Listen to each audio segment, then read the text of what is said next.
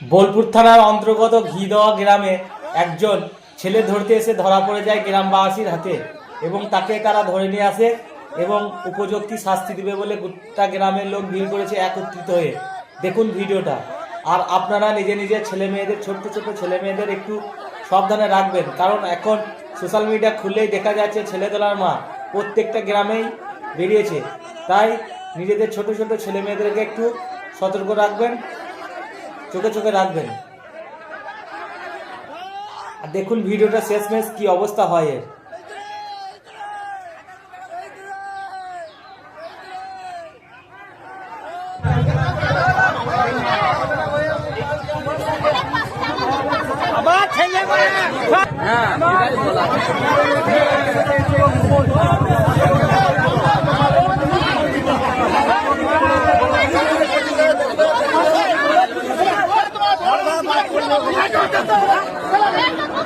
আরে